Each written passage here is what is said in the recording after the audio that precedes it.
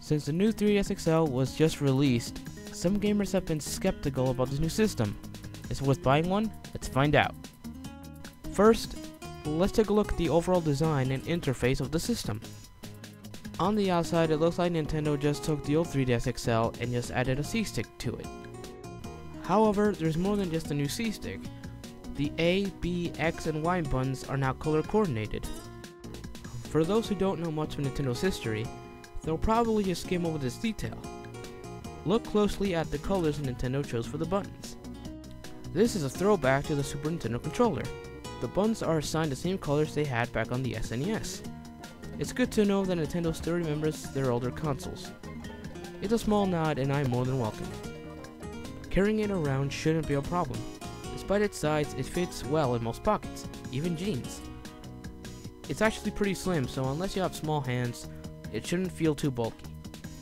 The game card slot, stylus, and power button were all moved to the bottom of the system alongside the headphone jack.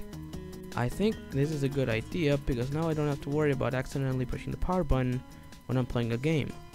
Not only that, but the start and select buttons were also moved to the bottom right hand corner of the open system, just like they were back on the DS Lite and DSi. The slot for the stylus being at the bottom makes it easier to pull out your stylus, compared to it being behind the top screen. The only thing that stayed behind the top screen was the input for the AC adapter. It still uses the same charger as the older 3DS systems and the DSi. Unfortunately, the new 3DS XL does not come with an AC adapter, but if you have an older 3DS, this shouldn't be a problem since you probably already have one. Next, the ZL and ZR buttons were added to the system. They were on the Wii U gamepad and they worked great. On the gamepad, you can rest your index fingers on the L and R buttons, and rest your middle fingers on the ZL and ZR buttons. In Super Smash Bros. For Wii U, this makes it easy to switch between a shield and a grab, or whatever actions you have them assigned. On the new 3DS XL, you have to hop your fingers to switch. Nintendo will probably release more games that use the ZL and ZR buttons better, but right now they feel unnecessary. I often forget that they're on the system, but whatever, they work. Now, let's look at the C-stick. This is probably the main selling point for most gamers. At first glance, the C-stick looks like a small button just sitting adjacent to the button diamond. When you try to move it, it feels stiff as a rock. It's less of a control stick and more like a lump that just sits there. When playing games that actually use it, this new C-stick actually works better than I expected. Instead of being movable, it stays stationary in response to pressure. So it does act like a C-stick, it's just a little different. In Majora's Mask 3D, it's used to control the camera and it works pretty well.